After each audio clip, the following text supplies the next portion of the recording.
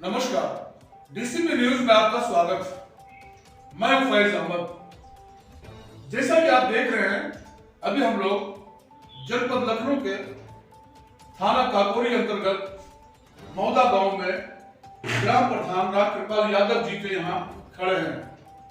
पिछले दिनों प्रधान जी के ऊपर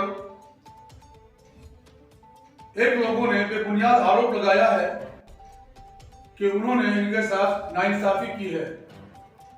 अब इन्होंने नाइंसाफी क्या किया है और ये आरोप कहां तक सच है, ये तो हमारे प्रधान जी ही बताएंगे। तो आइए मिलते हैं प्रधान रामकृपाल यादव जी से और जानते हैं जो इन पर आरोप लगाया गया है उसकी सच्चाई क्या है, उसकी हकीकत क्या है, उसका आधार क्या है। क्या यह आरोप आधारहीन है, क्या यह आरोप निराधार है, इसके बारे में बताएंगे हमारे प्रधान रामकृपाल यादव जी।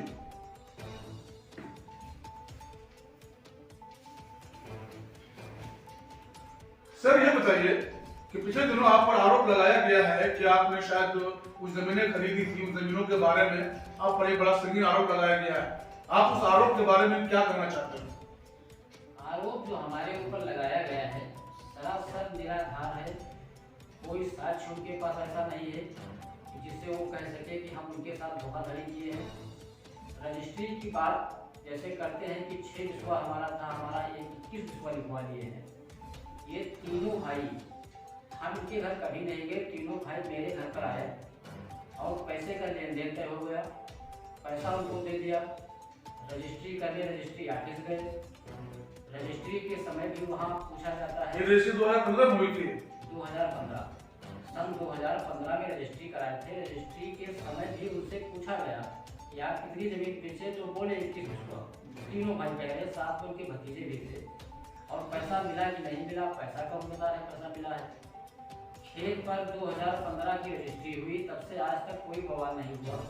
2019 में इन्होंने मेरे खिलाफ एक एप्लीकेशन दी। 2015 से 2019 तक जमीन किसके कब्जे में थी? कब्जे में हमारी थी। उनको उन्होंने कुछ नहीं कहा। बताए के तौर पर हमसे ले लिए कि भैया आपको प्लाटिंग करना है, जब तक आप प्लाटिंग नहीं कर रहे हैं तब तक इसमें हम अपना धान गेहूँ होते रहे। तो 4 सालों के बाद ये आरोप लगा रहे हैं। 4 साल के बाद मेरे ऊपर ये आरोप लगाया गया और रजिस्ट्री समय रजिस्ट्री कर रहे हैं, सब कुछ कर रहे हैं। 2019 में मुकदमा डाला है जी। और आरोप क्या लगा रहे हैं, वहाँ कोर्ट में कह रहे हैं कि हम रजिस्ट्री करने ही नहीं गए। अच्छा। रजिस्ट्री में हमारा फोटो नहीं लगा है, ये फर्जी रजिस्ट्री है। ये फर्जी रजिस्ट्री है। जबकि उनका रजिस्ट्री में कैमरे से जो फोटो खींचा जाता है उनके फोटो है, हाथों के जो निशान अंगूठा लगता है वो भी निशान लगे हैं। यही कोर्ट में जो डाले थे, तो हम लोग इनके कोर्ट ने हमारे ऊपर बगैर किसी साक्ष्य के, बगैर हमारे पूछे हमको ना बुलाया गया, ना नोटिस दी गई। 420 की धारा के अंतर्गत मुकदमा दर्ज कर दिया गया।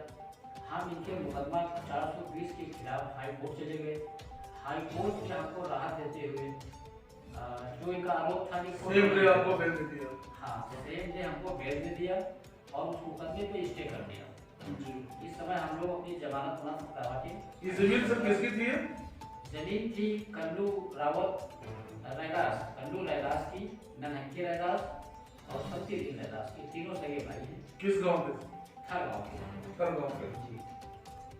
तो सच्चाई यही है? सच्चाई यही है कि बिना किसी साबुत के आरोप लगा रहे हैं। मामला कोर्ट में विचाराधीन है। अगर हम गलत हैं तो कोर्ट हमने कहा दिया है कि उन्होंने जो भी आरोप लगाया बिल्कुल बेबुनियाद है। बेबुनियाद आरोप, कोई रजिस्ट्री ऐसे तो होती नहीं है। रजिस्ट्री कैसे किया? रजिस्ट्री करने और रजिस्ट्रार ऑफिस में पूछा जाता है। अगर वहाँ ऐसा तुम बताते हैं, सबसे पहले तो झूठ यही बोल रहे हैं कि हम रजिस्ट्री करने नहीं गए। इन्हें आवाज 2015 में उठानी चाहिए। आवाज 2015 में उस समय उठाते, हम दाखिल खारिज हम करा चुके हैं। दाखिल खारिज गाँव चकबंदी में चल रहा है। चकबंदी होने की वजह से जो दाखिल खारिज की फाइल बनती है उस पर किसानों के भी दस्तखत होते हैं जी। और इनको बताया गया कि दाखिल खारिज की दस्तखत होना है जी। दस्तखत तीनों भाई किए हैं, कर चुके हैं। तीनों भाई कर चुके हैं। दाखिल खारिज 2015 में ही हो गया था। क्या आपको ऐसा नहीं लगता है कि ये लोग किसी के कहने पर इस तरह का आरोप आप पर लगा रहे हैं? इसलिए कि चूंकि जिस समय हम लिए थे जमीन, वहाँ कोई कीमत नहीं थी और उसके बाद हमारे खरीदने के बाद पास से रिंग रोड आउटर निकल गया है। अब जमीनों की वहाँ कीमत हो गई। अब अच्छी कीमत हो गई तो इनकी नीयत खराब हो गई। हर गाँव के ही 2-4 लोग हैं जो इनको चढ़ाए हुए हैं और उन्हीं के कहने पर ये शिकवा शिकायत कर रहे हैं। इसका कोई फायदा नहीं है, क्योंकि मामला कोर्ट में विचारा नहीं है, तो कोर्ट फैसला करेगा। हकीकत क्या थी, वास्तविकता क्या थी? सच्चाई तो यह है कि वो जमीन जिसकी पहले कोई कीमत नहीं थी और रामकृपाल यादव जी ने उनको एक अच्छी कीमत देकर जमीन खरीद लिया। अब उसी जमीन के बगल से आउटर रिंग रोड खुली है, बनी है, बनने जा रही है, महंगी हो चुकी है, इसलिए उनकी नीयत खराब हो चुकी है। हाँ प्रधान जी बताइए क्या कहना चाहते हैं? हमारे गांव के पास में अब उनको कोई काम तो है नहीं, सारा दिन काम करने के बाद शाम को याद आता है कि हम अपना हारन मार लेके निकल पड़ते हैं। सिर्फ यही सोचते रहते हैं कहाँ कोई मीटिंग हो रहा है, कहाँ समाज की जमीन की व्यवस्था हो रहा है। सिर्फ और सिर्फ इतना नहीं काम करा फिर बुनियाद आरोप लगाते रहते हैं। एक आरोप मेरे ऊपर भी लगा कि प्रधान जी ग्राम समाज की जमीन मैं कहता हूँ जब आपको जानकारी है कि हम रास्ते में कुछ जमीन बेच लिए हैं, किस प्रकार की मेरे को बेचे ये भी आतंक होंगे। हाँ साफ सोच दीजिए। तो मेरे खिलाफ और प्रॉपर्टी डीलर के खिलाफ जाके रसीद लोगों को पैसे तुरंत में डीएम साहब से मिले, डीएम साहब से मिले कि ये हुआ को प्रधान ने बेच दिया। जब उनकी तहसील की टीम में डीएम भेजेंगे, डीएम साहब भेजेंगे, जांच करेंगे कि वास्तव में अगर उससे पैसा मुझे दिया है या मैंने बेचा है। जब जमीन वो खाली कराई जाएगी तो फिर उसने कहेगा भाई मैंने आपको पैसा दिया, या भाई के सामने कहेगा कि प्रधान जी को पैसा दिया 10 लाख दिए 20 लाख दिए। मैंने कहा ये है कि सारे आरोप जो आप पर लगाए जा रहे हैं वो सभी बेबुनियाद है।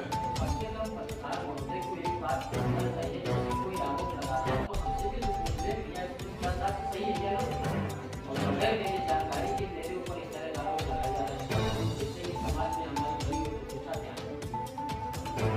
तो अभी आपने देखा किस तरह प्रधान जी के ऊपर बेबुनियाद आरोप लगाए जा रहे हैं। ये आरोप इन पर सिर्फ समाज के लोग ही नहीं बल्कि कुछ हमारे पत्रकार बंधु भी लगा रहे हैं, जो सच्चाई को जाने बगैर सीधा आरोप बन रहे हैं। वास्तविकता तो यह है कि पहले सच्चाई से अवगत होना चाहिए, उसके बाद फिर अपनी ताकत का इस्तेमाल करना चाहिए। कैमरामैन मोहम्मद सलमान के साथ फैज अहमद की रिपोर्ट, DCTV न्यूज लखनऊ।